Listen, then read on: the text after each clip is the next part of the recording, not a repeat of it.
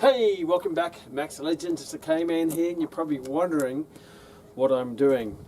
Well, that is how I pick something up off the ground, or that is how I walk. Not really, is it? Because that's not how I pick things up off the ground, and that's not how I walk. However, according to the way some trainers are teaching the lunge, you'd think that that is how we move in functional movement. Well, it's not, because if I'm going to pick something off the ground, I'm not going to stretch myself right out here. I'm going to get over the weight, bend down, and pick it up. And that is how a lunge should be performed, rather than the many creative ways that you see it being performed in a gym, in parks, or in people's homes. So that is the point of today, is to look at the correct execution and technique of a lunge from an anatomical and a biomechanical point of view. Now, first of all, the lunge is a great exercise. It is very functional. It's a multi-joint compound exercise. It's also a unilateral exercise, which means we're working one limb at a time, independent of the other. Whereas a bilateral exercise, such as squats and deadlifts, they use both limbs together at the same time in the parallel, and they help each other balance each other out. So even though squats and deadlifts are a great exercise, a very compound exercise, multi-joint exercise, it's not truly functional because that's not how we walk, unless you're Skippy the kangaroo, and some of you may know who Skippy is, but kangaroo being the point, that's not how I move around. Because when I move around, I walk one leg at a time, I jump one leg at a time, I bend down one leg at a time.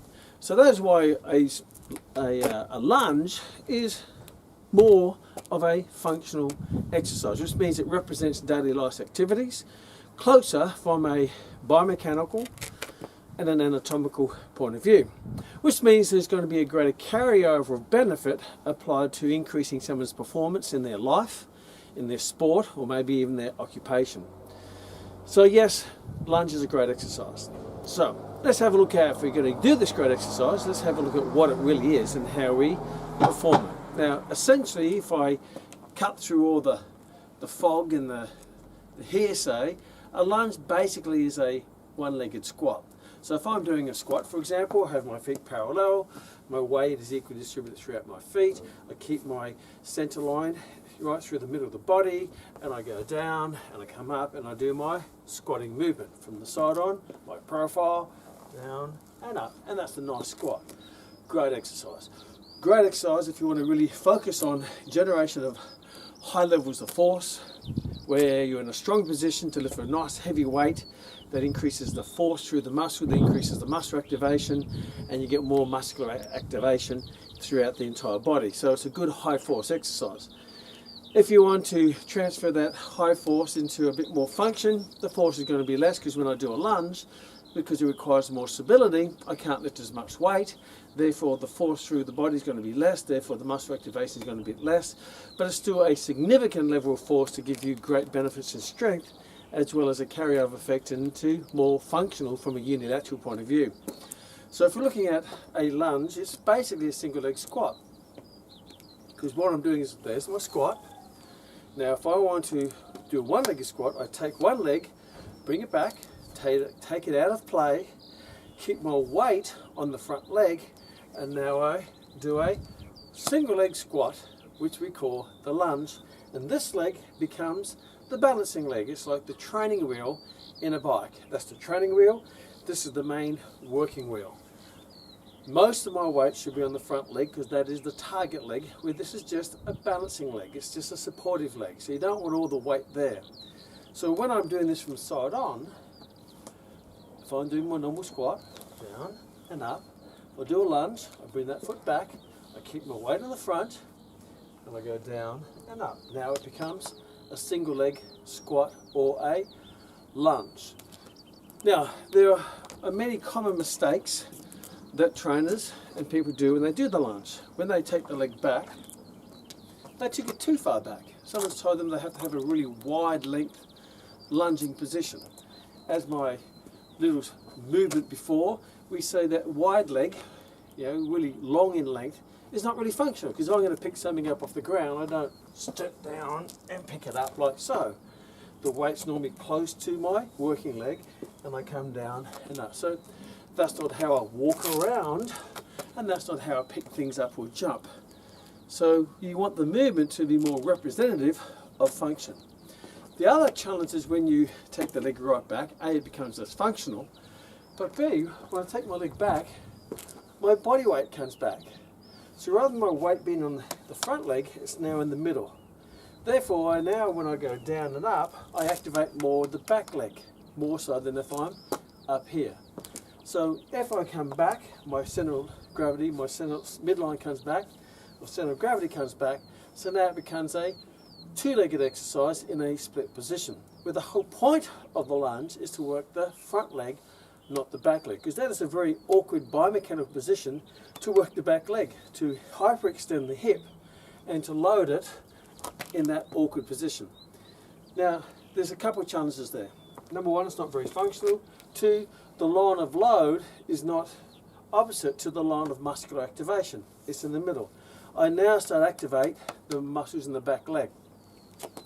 And particularly the muscles that go across the hip joint. Because when I bring my hip back, I actually stretch all the muscles across the hip joint. And the muscles that go across the hip joint are your hip flexors. Now they are your iliopsoas and your psoas major and your psoas minor. So you've got your psoas major, psoas minor, iliopsoas. Iliopsoas, we put them together as one. That's what we call them if we combine them. And the other hip flexor being your rectus femoris. Now your rectus femoris is one of your quadricep muscles.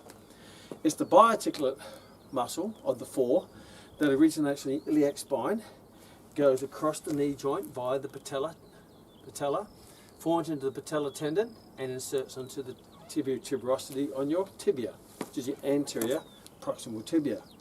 Now because it's a two-joint muscle, if I take my hip into a hyperextension and then I flex my knee, then I'm going to get a big stretch of that muscle across both joints, putting into a big length tension position. That's why when I do a wide length lunge, I feel it right through here, because I'm activating the rectus femoris. Because as I lengthen the muscle, it increases its ability to generate tension. And not only am I lengthening across the hip joint, but I'm also lengthening across the knee joint. Now the challenge with that is that's not the target muscle. That's not the working muscle. You want the working muscle to be either here, not back here. The other challenge from a joint point of view is because it's lengthened with lots of tension, it will pull on the patella. Therefore, it will pull the patella onto the femur, increasing patellofemoral compression forces, causing a bit of grinding or maybe discomfort across the knee joint. I myself, with a little bit weathered knees, I do that, I feel it right across the knee joint. Increased patellofemoral compression forces, increasing a bit of stress on the back knee. Not to mention, when I bring my leg all the way back, I take my hip into a hyperextended position. Now the hip, which is the head of the femur and the acetabulum, it's a ball and socket joint. So I'm virtually opening it right up, I'm really bringing it back. That can aggravate, and I can impinge on the lip of the acetabulum with the head of the femur, and it opens up the front. Now someone who has osteoarthritis, of which the hip joint is a prime target for osteoarthritis, and you may have heard of many people getting hip replacements, particularly as you get more mature through age, then this position is really opening that joint up and could possibly aggravate your hip joint. So you get increased stress across the knee joint and the hip joint, you get more activation on the back leg, particularly in your rectus femoris, which is not the target muscle. So when people do a lunge, the purpose of the lunge is not to increase patellofemoral forces through the knee joint. No, it's not to aggravate the hip joint. No, and it's not to activate the rectus femoris of the back leg. The purpose and the reason why people do a lunge is to work the front leg. So how do we take the back leg out of play? Stop dragging it behind us and bring it up where it should be, which is closer there. And when you bring it from here to here, then your body weight goes more perpendicular to the working muscles, where you put the load over the working muscles. Now the stance, you want to be shorter. Now a good guideline is as I bring the back foot up, as I go down, my back knee, just as a guideline, would be in line with your front heel, the back of the heel, down and up. That's probably a pretty good length, irrespective of your limb lengths, because it's all relative. My chest stays over my thigh, my mid-thigh, down here, down, and back up. And that more represents if we're going to pick something up off the ground, a baby, a suitcase, a pile of washing, whatever it might be. So from here, down, and back up. Another common error or technique correction that people need to make is when they do a lunge is you've been told to keep your back straight. And what people think that means is keep your back perpendicular to the ground, which it doesn't mean that at all. Yes, straight means that you maintain the natural curvature of your spine, which means when you're doing a squat or lunge, you get a slight anterior tilt in the pelvis, a natural lumbar curvature in the lumbar area while I do the exercise. If I'm doing a squat, I don't try to keep my back upright, because when I go upright, what do the knees do? I get less flexion of the hip, but more flexion of the knee to accommodate for me to going low. Now my knees are going out over my toes, causing patellofemoral forces across and stresses across the knee joint. With a squat, I want to equalise the stresses through all the joints and equally distribute them through all the joints by flexing the hip and flexing the knee at the same time by keeping my weight through my midline, not throwing the knee here out in front and my weight behind. And the same when I do a lunge and I try to stay upright. If I stay upright, I get less flexion in the back hip, which means I get more stretch on the hip flexion, on the hip flexors, which is your rectus femoris. If I release the hip there and I get a slightly forward lean, then I shorten the rectus femoris, take it out of play, but it's also more functional to pick something up. I don't pick something up like this. If there's something on the ground, I don't try to go down and try to keep my back perpendicular. I keep my back straight, but I actually flex through the hip to pick it up. So by keeping my back upright or perpendicular and my legs longer or this way, then I'm putting more stress across the hip joint and the knee joint, and it's even less functional. And I get more activation on a muscle that I'm not even targeting, which is the training wheel muscle, which is your back rectus femoris and your back leg. So when you're doing the lunge, you want to treat it like a squat, release the foot, knee in line with your back heel, weight over 90% of your weight's in your front leg, chest in mid-thigh, and flex naturally through the hip joint. Don't try to keep it upright, but keep that natural curvature in the spine and going down, and you feel all the muscle activation going through here, and this is just to balance you through the exercise. So there's looking at the lunge and the anatomical biomechanical correct way to execute the Young's applied to function and anatomy. Now there are some variations of that, naturally. Obviously I suggest that we use dumbbells where you want to load it up. Once you've got a good lunging action, then you add dumbbells in the hand. Now you can use dumbbell in each hand, one in each arm, or you may just want to choose a dumbbell in one arm. I tend to pick this one because it's closer to the load here and back up. Doesn't matter whether you're two or one, because life doesn't always have to be perfect. Means if I have two suitcases, they're not always going to be the same weight. But the other reason why to do dumbbells is because the weight is low, and when the weight's low, it keeps the center of gravity low, it gives you more stability. Plus, it's functional, because if I'm going to pick something off the ground, whether it be a child or a rock or a suitcase, the weight is low, because that's more representative of life. Now you will see some people want to put barbells on people's backs, and the challenge with that is that first of all it's not very functional, because what part of life do you have a log or weight behind your head on your back? That's not really functional. The other challenge with that is with the weight up here, it makes your center of gravity or your midline top heavy, therefore you're less stable. It means you've got this weight up there and you're less stable. If you get into trouble, there's nothing to, you can't just drop the weight because it's on your back. Plus the weight puts a direct compression force load right through your vertebral column or through your spine, through your neck as well. So that would be an exercise that I would not recommend for 99% of the population unless you are an elite athlete, bodybuilder, and there's a justifiable reason to put your weight behind your back, which is a very big stretch to find a reason for that. Normally people will do that when they can't physically hold the weight in their hands, and because the weight's so heavy, they can't hold it because they don't have the grip strength. Maybe get some straps like you do in a deadlift anyway. The other variations in lunges, you may want to make them more dynamic, and sometimes people will step behind and back, and that's fine. Making it a bit more dynamic means that you've got to compromise the load though, because it creates a bit more balance, therefore it's going to be harder to lift as heavier load. Or walk forward and back this way to make them a little bit more dynamic. Elite athletes may go from there and doing explosive lunges because their sport is explosive in nature. But that's another session, another process that I'll take you through of how to justify those types of exercises. But you've got to have those strong foundation in your lunges where you're lifting very good weight with great form first before you even consider going into those more dynamic type of exercises. The other thing you see with lunges, people get creative.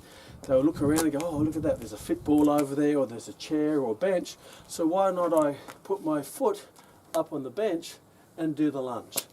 Now, I said the main challenge with the long lunge is that you're hyperextending the hip, you're getting extra stress or tension on the rectus femoris, you're really opening up the hip joint, and you're putting increased patellofemoral forces in the knee. Now, if you want to really exaggerate that, then hey, just go further with it, which means go to the extreme of that position and take your leg up on the bench. Why do people do that? I don't think they know. I think they do it because other people are doing it, say, hey, this is trendy, but they're not looking at the anatomical and biomechanical benefits of it, and most importantly, the repercussions of doing that from aggravating and causing injuries in the joint. And the other challenge, when your feet's up, then that will tend to push you forward. That means you cause more anterior tilt in the pelvis, more forward lean, and more that your knee goes forward over your toe to increase patellofemoral forces on the knee joint. So why you put your feet up on the bench? Just because it's there doesn't mean you use it or there's an extra benefit. Everything, it takes you away from that real functional position of both feet on the ground, because in life, most of the time, both feet are on the ground.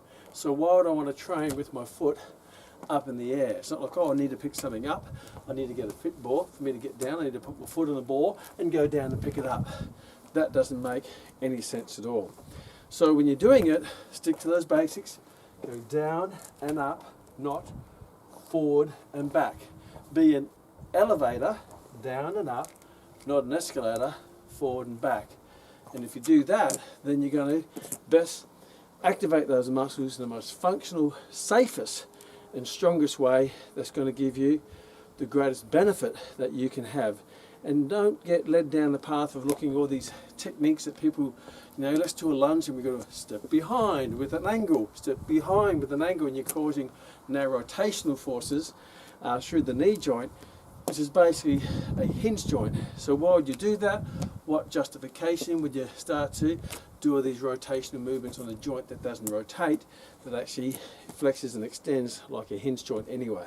There is a little bit of abduction and adduction in the hip, in the knee joint, but it's basically designed as a flexion extender in the form of a hinge joint. So it's very easy to get led down the garden path of someone else's path if you don't know your anatomy and your biomechanics and your physiology.